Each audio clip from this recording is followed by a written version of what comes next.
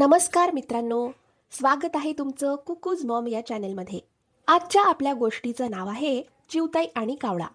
एकेकाळी एका हिरवळीने नटलेल्या शेताजवळ चिवताई आणि कावळा राहत होते. चिवताई अगदी मेहनती, शहाणी आणि दूरदृष्टीची होती, तर कावळा थोडा आळशी आणि संधीसाधू होता.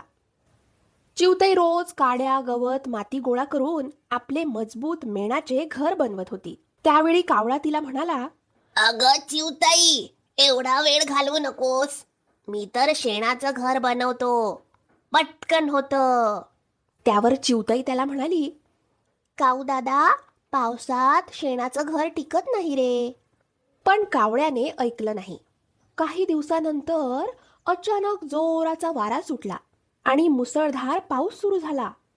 थोड्याच वेळात कावळ्याचं घर विरघळू लागलं आणि धाडकन वाहून गेलं. कावळा भिजत भिजत चिवताईच्या घराजवळ आला. चिवताई चिवताई, दार उघड ग. चिवताई म्हणाली, थांब काऊ दादा, आधी माझ्या बाळाला पावडर लावते. थोड्या वेळाने पुन्हा कावळा म्हणाला. चिवताई चिवताई, दार उघड ना ग. त्यावर चिवताई म्हणाली, अरे थांब, चुलीवर भात ठेवलाय, तो उतरवते. पुन्हा कावळा म्हणाला. चिवताई, कृपया दार उघड ग, खूप थंडी वाजते. त्यावर चिवताई म्हणाली, थांब बाळ झोपत नाहीये, त्याला झोपवते आधी. शेवटी चिवताईला दया आली. चिवताईने दार उघडलं. चिवताई त्याला म्हणाली, आत ये, पण नीट वागशील ह. कावळा आत आला. घर उबदार होतं.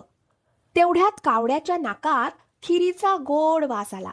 कावळ्याने मनात म्हटलं, अरे वा, खीर, किती छान वास येतोय. चिवताई दुसऱ्या खोलीत गेली. तितक्यात कावळा चोरट्या पावलांनी स्वयंपाकघरात गेला आणि म्हणाला, थोडीच खीर खाईन, फक्त एकच चमचा. त्याने 1 चमचा खीर खाल्ली, पण त्याला ती खूप आवडली आणि त्याने परत म्हटलं, अजून 1 चमचा खाल्ला तर तिला काय माहिती पडेल. अजून खातो. त्याने 1 चमचा 1 चमचा असं करत करत संपूर्ण खीर फस्त केली. चिवताई परत आली. स्वयंपाकघरात गेल्यानंतर चिवताई बघते तर काय, सगळी खीर फस्त झालेली असते. अरे, माझी सगळी खीर कुठे गेली? कावळ्याच्या तोंडावर खिरीचे डाग पाहून तिला सगळं कळलं आणि रागात ती त्याला म्हणाली, काऊ दादा, मी तुला आश्रय दिला आणि तू त्याचा असा फायदा घेतलास. रागाच्या भरात तिने जवळचं जडकं लाकूड उचलून कावळ्याच्या पायावर फेकलं आणि कावळा वेदनेने घरातून पळून गेला आणि पुन्हा कधीच तिथे दिसला नाही.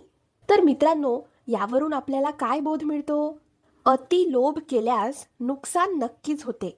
कुणी जर आपल्याला मदत केली तर त्याचा अति फायदा घेऊ नये. भेटूया परत एकदा एका नवीन धमाकेदार गोष्टीसोबत. धन्यवाद.